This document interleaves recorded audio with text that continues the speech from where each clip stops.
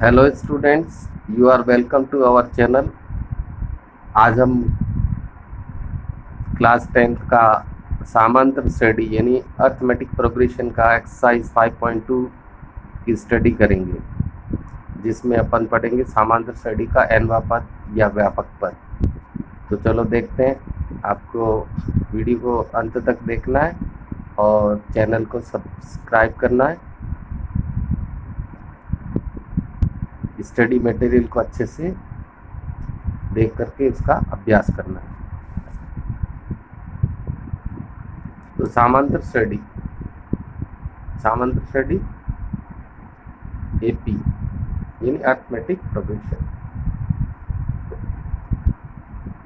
जो कि 10th की क्लास का एक्सरसाइज है 5.2। समांतर श्रेणी का व्यापक पद मीन्स श्रेणी का nवां पद का फॉर्मूला होता है an बराबर a plus n minus 1 into D. देखो, जैसा कि आपको इससे पहले वाले पार्ट में बताया था कि वहाँ पद में वह जो आता है वो उसकी शेप जो है वो ए की तरह होती है, इसलिए वहाँ पद जब भी ज्ञात करें तो इसका मतलब कौन सा फॉर्मूला लगेगा, an फॉर्मूला लगेगा। तो अब अपन एक एग्जाम्पल देखते हैं। एक समांतर श्रेणी यानी कि एपी जो है 10, 7, 4 एंड सो ऑन यानी इसी तरह ये श्रेणी चलेगी। उसका 30वां पद व nवां पद ज्ञात करो। तो एच चीज़ें निकालने के लिए आपको क्या क्या चाहिए? सबसे पहले इस श्रेणी का प्रथम पद यानी कि ये जो सबसे पहले होता है, सबसे आगे वाला पद होता है, वो ए का मान बनता है यानी 10। दूसरी चीज़ आपको चाहिए सार अंतर यानी जिसको कॉमन डिफरेंस बोलते हैं, डी की वैल्यू क्या होती है, a2 माइनस a1। तो इस श्रेणी का a2 कितना है 7 और a1 का मान कितना 10, तो ये हो जाएगा 7 माइनस 10। 7 में से 10 माइनस करेंगे तो क्या रिजल्ट आएगा, -3। -3 क्यों आया, -10 बड़ा है और +7 छोटा है। -10 में से प्लस का 7 घटाएंगे तो -3 बचेगा। और यहाँ पर पदों की संख्या, जो पहली बात कह रहा पदों की संख्या कितनी बोल रहा है, 30वां पद यानी n का मान है वो 30 हो जाएगा। nवां 30वां, जैसे इसे nवां यहाँ पर है 30वां, इसका मतलब n की वैल्यू कितनी है 30, यानी पदों की संख्या कितनी है 30। तो अपना सूत्र है an बराबर 1 plus n minus 1 into d. N की वैल्यू कितनी है 30, ए 30 हो जाएगा। ये ए की जगह ए का मान यानी कि प्रथम पद ए का मान 10 प्लस एन की वैल्यू कितनी है 30 माइनस 1 और डी की वैल्यू कितनी होगी, यहाँ पर सार अंतर कितना है -3। तो इसको सॉल्व करते हैं तो क्या बनेगा, देखो 10 30 में से 29 इंटू -3, 29 को -3 से गुणा करना है तो 29 इंटू -3 होता है 87। -87 यानी आगे क्या है प्लस का 10, -87 में से +10 जाएगा कितना बचेगा, -77 यानी ए 30वां पद जो है वो -77 हो जाएगा। अब इसमें एक चीज़ और पूछी थी, nवां पद, तो अपन nवां पद ज्ञात करते हैं। तो nवां पद कैसे ज्ञात करेंगे, वही formula a plus n minus 1 into D. A की वैल्यू यहाँ पर कितनी लेनी है, वही 10 प्लस n की वैल्यू, यहाँ ये वाली वैल्यू नहीं लेनी क्योंकि ये कह रहा है nवां में n की वैल्यू n ही लेनी। अगर ये कहते mवां पद तो n की जगह अपन कौन सा लिखेंगे, m। ये कहते pवां पद तो n की जगह क्या ले लेंगे, p। ये कहते sवां पद तो n की जगह s ले लेंगे। जो कहे वही लेना, आपको इसका मान नहीं रखना। -1 इंटू डी की वैल्यू, डी जो यहाँ पर सार्वंतर -3 दे रखा वो ले लें 10 प्लस, अब इस -3 का किससे इंटू होगा, n से। -3 का n से करेंगे -3n और -3 का -1 से इंटू करेंगे प्लस का 3। तो यहाँ पर जो जुड़ने योग्य वो जोड़ लो 10 और 3 सीधा जुड़ जाएगा, कितना बनेगा 13 और माइनस का 3n बच जाएगा। यही आपके इस श्रेणी का कौन सा पद है, nवां पद, जिसको an बोलते हैं। इसी प्रकार अपन एक एग्जाम्पल दूसरा लेते हैं।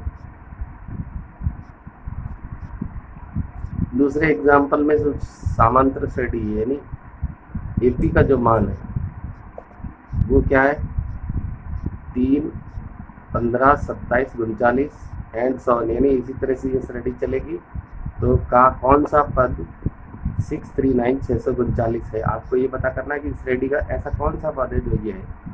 यहाँ पर अपन देखते हैं कौन सा, तो कौन सा मैं बराबर लिख देता हूँ एनवा, मैंने अपने आप ही उत्तर दे दिया, कौन सा का उत्तर दे दिया एनवा। तो कौन का मतलब क्या हुआ एन, यानी हमें क्या ज्ञात करना है एन की वैल्यू ज्ञात करनी। तो इस श्रेणी का सबसे पहला पद यानी प्रथम पद जो सबसे पहले लिखा वो है 3, फिर अपन इसका ज्ञात करेंगे सारवंतर, सारवंतर डी, डी बराबर होता है दूसरा पद माइनस पहला पद, दूसरा पद 15 है, पहला पद 3 है, तो 15 माइनस 3 कितना हो गया 12। और ये जो मान दे रखा ये वहाँ पद का यानी ए एन का मान है, ए एन का मान दे रखा 639 639। चलो 639 में कौन सा सूत्र लगेगा ए एन सूत्र लगेगा, ए एन बराबर A plus N minus 1 into D. A N की वैल्यू कितनी है 639 639, फिर ए की वैल्यू यहाँ पर कितनी दे रखी 3, तो 3 प्लस एन की वैल्यू है नहीं तो एन माइनस 1 इंटू डी की वैल्यू अपने पास पड़ी है कितनी 12। तो आपको ध्यान रखना जो इंटू वाला पार्ट है यानी ये तो ब्रैकेट बंद है, तो ये एक ही नंबर है कोई, इसको 12 से गुणा किया होता है, इसको नहीं छूना पहले प्लस माइनस का जो भी पद है उसको पक्षांतर करेंगे। तो प्लस का 3 इधर पक्षांतर हो गया, क्या हो जाएगा माइनस का 3, 639 माइनस 3 कितना बनेगा 636, बराबर में वही राशि पड़ी एन माइनस 1 इंटू 12। अब ये जो देखो इंटू 12 है यानी कि इस पद में ये 12 से गुणा हो रहा है, तो इसका जब पक्ष बदले तो ये जो गुणे वाला पक्ष है इस गुणे की जो भी संख्या पक्ष बदलने पर सामने वाले पक्ष में भाग में चली जाती है, यानी 12 या गुणे में तो इधर आकर के ये भाग में चला जाएगा, यानी 12 का भाग लगाएंगे। तो 12 पंजे 60, 3 बच जाएगा 36, 12 के 36, तो 12 का भाग इसमें कितनी बार गया 53 बार, और सामने क्या बच गया एन माइनस 1। ये माइनस 1 अब आपके स्वतंत्र हो गया, इसको पक्षांतर कर दो 53 की तरफ, ये आकर के क्या हो जाएगा +1, 53 प्लस 1 कितना हो गया 54। तो यह एन की वैल्यू कितनी होगी 54, यानी 54वां पद जो है वो आपके कितना है 639 है। इसी प्रकार का एक एग्जाम्पल और देखते हैं, देखो क्या एग्जाम्पल, थोड़ा सा ध्यान देना, ऐसा ही है प्रश्न लेकिन थोड़ा सा आपको इसमें जांच करना है।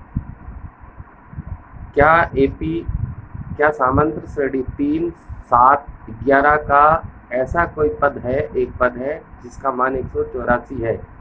हमें जांच करना कि श्रेणी में ऐसा कोई पद आ सकता है क्या जिसका मान 184 है। तो एक पद यानी वह पद एनवा पद यानी एक का मतलब एन की वैल्यू निकालनी है।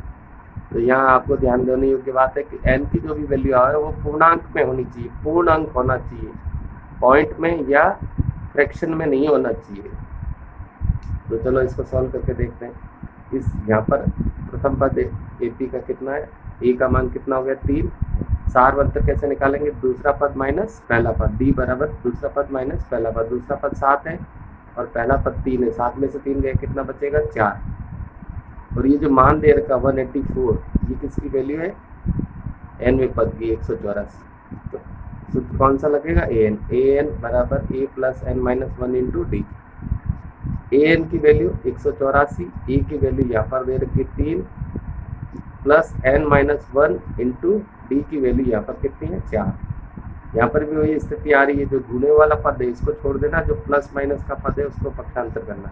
तो +3 इधर आकर क्या हो जाएगा -3 हो जाएगा, 184 में 3 घटाएंगे कितना बचेगा 181, और इधर क्या बचा हुआ n माइनस 1 इंटू 4। ये जो इंटू है यानी गुणे में जो है ये गुणे वाले का पक्ष बदलेंगे तो ये सामने वाले में भाग में चला जाएगा, यानी 184/4 हो गया। बराबर में क्या बचेगा n माइनस 1, अब ये -1 इसकी तरफ ले जाएंगे तो क्या हो जाएगा +1, n बराबर हो जाएगा 184/4 +1। 184 में जब 4 का भाग लगाते हैं तो देखो 4 चौक 16, 4 बार जाएगा, यहाँ से 2 बच गया 21 हो गया, 4 पंजे 20, 5 बार गया 1 बच गया 1, बाकी इसका लगाया था 4 का, तो 45 से 1/4, ये किसका सॉल्यूशन आया 184 का प्लस का 1। तो 45 से 1/4 में जोड़ते हैं 1, तो हो जाता 46 से 1/4, या इस पर लिख सकते हैं 46.25। तो ना तो ये पूर्णांक है और ना ही ये रूप पूर्णांक में है, तो यहाँ पर ये पूर्णांक नहीं है। अतः इस श्रेणी का ऐसा कोई पद नहीं हो सकता जिसका मान 184 हो। तब होता है जब इसको सॉल्व करने पर n की वैल्यू पूर्णांक में आती, पूरे मार्क ये 45 आता ओनली, और एक जोड़ 46 होता तो हो सकता था, लेकिन इसमें 45 से 1/4 1/4 या 0.25 ऐसा नहीं आना चाहिए। ऐसा आना इस बात का संकेत है कि श्रेणी का ऐसा कोई पद नहीं है जिसका मान कितना है 184। तो यहाँ पर एक कुछ जनरल जानकारी ध्यान रखनी, an का जो सूत्र होता है, जैसे ये an का सूत्र है, तो इस सूत्र में किस प्रकार के प्रश्न पूछे जा सकते हैं, यानी nवां पद पूछे तो भी an सूत्र लगेगा, और प्रथम पद पूछे तब भी यही सूत्र लगेगा, पदों की संख्या पूछे तब भी यही सूत्र लगेगा, सार्वंतर पूछे तब भी यही सूत्र लगेगा। लेकिन आपको ध्यान देना है कि ये जो 4 चीजें 1, 2, 3 और 4, इन 4 में से 3 चीजें आपके पास होनी चाहिए। चाहे ये 3 चीजें हो तो डी निकालना हो तो निकाल सकते हैं, ये 3 चीजें हो तो an निकाल सकते हैं, और ये और ये, यानी अंतिम पद n का मान और d का मान पता हो तो a प्रथम पद भी ज्ञात कर सकते हैं। तो ये सूत्र आपको, ये प्रश्न कैसे भी पूछा जा सकता है, nवां पद पूछ सकता है, सार्वंतर पूछ सकता है, प्रथम पद पूछ सकता है, और पदों की संख्या भी इसी से पूछी जा सकती है। सभी को इसी प्रकार से हल करना है। चलो एक प्रश्न और देखते हैं।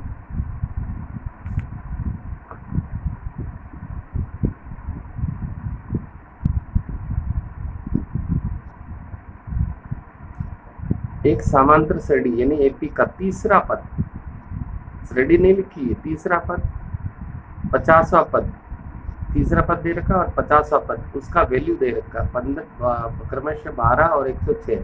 क्रमशः का मतलब जो तीसरा लिखा हो ये तीसरा पद का मान 12 है और 50वां पद लिखा हो उसका मान है 106। तो आपको 29वां पद ज्ञात करना है, या ऐसा देखकर के आपसे क्या पूछ सकता है, एपी भी पूछ सकता है, समांतर श्रेणी ज्ञात करो ये भी पूछ सकता है। तो ऐसे प्रश्नों को कैसे हल करते हैं, देखो यहाँ पर जो दिया हुआ तीसरा पद मान दे रखा 12, और क्या दे रखा है 50वां पद कितना है 106। तो तीसरे पद का विस्तार, तीसरे पद को संकेत के रूप में लिखते हैं, क्या लिखते हैं A3, दूसरे पद को लिखते हैं क्या लिखते हैं A2, पांचवें पद को लिखते हैं तो A5। तो तीसरा पद संकेत में लिखा था A3 की वैल्यू कितनी होगी 12, और इसी प्रकार 50वें पद को लिखेंगे A50 जिसकी वैल्यू है 106। इसके बारे में अपन पहले पढ़ चुके हैं कि A2 का मान होता है A प्लस डी, A3 का मान होता है A प्लस 2D। यहाँ A3 यदि इसको विस्तार करेंगे इस सूत्र का तो क्या हो जाएगा A प्लस 2D, यानी A3 का जो फॉर्मूला है वो A प्लस 2D है, यानी ये जो 12 मान दे रखा वो A प्लस 2D का है, A प्लस 2D बराबर 12। इसी तरह 50वां पद क्या होगा A plus 49D, A plus 49D की वैल्यू कितनी 106 है। तो अब ये हो गया आपका इक्वेशन पहला और ये होगी इक्वेशन दूसरी। तो पहली इक्वेशन यानी तीसरे पद से क्या बनी A प्लस 2D बराबर 12, 50वें पद से क्या बनी A प्लस 49D बराबर 106। विलोपन करते हैं, विलोप यानी चिन्ह बदलते हैं, ये प्लस का माइनस हो गया, प्लस का माइनस, प्लस का माइनस, ये प्लस का A और माइनस का A कैंसिल हो गया, ये 49 किसका हो गया माइनस का, माइनस के 49 में से प्लस के 2 D घटा देंगे तो 47D बचेगा माइनस का, और इधर 106 माइनस का, उसमें से 12 घटाएंगे तो माइनस के 94 यानी 94 बचेंगे। माइनस दोनों तरफ का कैंसिल हो गया तो 94, और इस 47 को हटाएंगे और भाग में चला जाएगा ये, तो 94/47, 47 का भाग 94 में कितनी बार जाता है 2 बार, तो डी की वैल्यू कितनी आ गई 2 आ गई। अब अपन को क्या करना, ये जो वैल्यू आ जाती है तो डी का मान समीकरण 1 में रखेंगे, तो एक समीकरण 1 क्या थी A प्लस 2D बराबर 12, तो A प्लस 2D बराबर 12, A की जगह A आ गया, 2 की जगह 2, D की वैल्यू यहाँ पर अपन निकाली थी कितनी 2, तो यहाँ रख देते, 2 × 2 कितना हो जाएगा 4 बराबर 12 है। ये प्लस 4 जो है पक्षांतर होकर के इधर आएगा, किसका हो जाएगा माइनस का 4। तो 12 माइनस 4, तो ए की वैल्यू कितनी बच जाएगी 8। तो आपके पास ए और डी की वैल्यू है, अब आप कुछ भी निकाल सकते हो। आपको मैंने पहले ही बता दिया था चलने के लिए ए डी की ज़रूरत होती है। तो यहाँ पर भी आपको ध्यान रखना है कि कोई भी आपको सॉल्व करना तो ए और डी की वैल्यू होनी चाहिए, प्रथम पद और सारवंतक। तो अपने को यहाँ से पूछा था 29वां पद, तो 29वें पद का सूत्र क्या बनेगा, ए 29, जैसे अपन यहाँ बोला A50 क्या बना, A + 49D यानी 49D। तो 29वें पद का क्या बन जाएगा, A + 28D। तो A की वैल्यू हो जाएगी 8 + 28 और D की वैल्यू यहाँ पर कितनी आई 2। A की वैल्यू कितनी आई थी 8, D की वैल्यू 2, मान रख दिया। 28 का 2 से गुणा करते कितना होगा 56 और 8 जोड़ते कितना हो गया 64। तो ये किसकी वैल्यू आ गई, 29वें पद की वैल्यू आ गई कितनी 64। अब इसमें यदि एपी पूछे तो एपी भी निकाल सकते हैं। एपी यानी पहला पद आपके एपी निकालते हैं, तो ये मैं यहाँ थोड़ा एक्स्ट्रा बता देता। एपी निकालने पहला पद कितना आ गया 8, डी जोड़ने पर कितना हो जाएगा 10, फिर डी जोड़ेंगे तो कितना हो जाएगा 12। इस तरह से ये एपी भी पूछ सकता है, तो एपी भी निकाल सकते हो। तो इस प्रकार से ये 5.2 के जो एग्जाम्पल मैंने बताया इसका आप अच्छे से अभ्यास करें, इसको बार बार वीडियो को देख करके जो आप है इसका रिटर्न में प्रैक्टिस करें। खाली देखने से ही नहीं होगा, इस चीज़ को समझ कर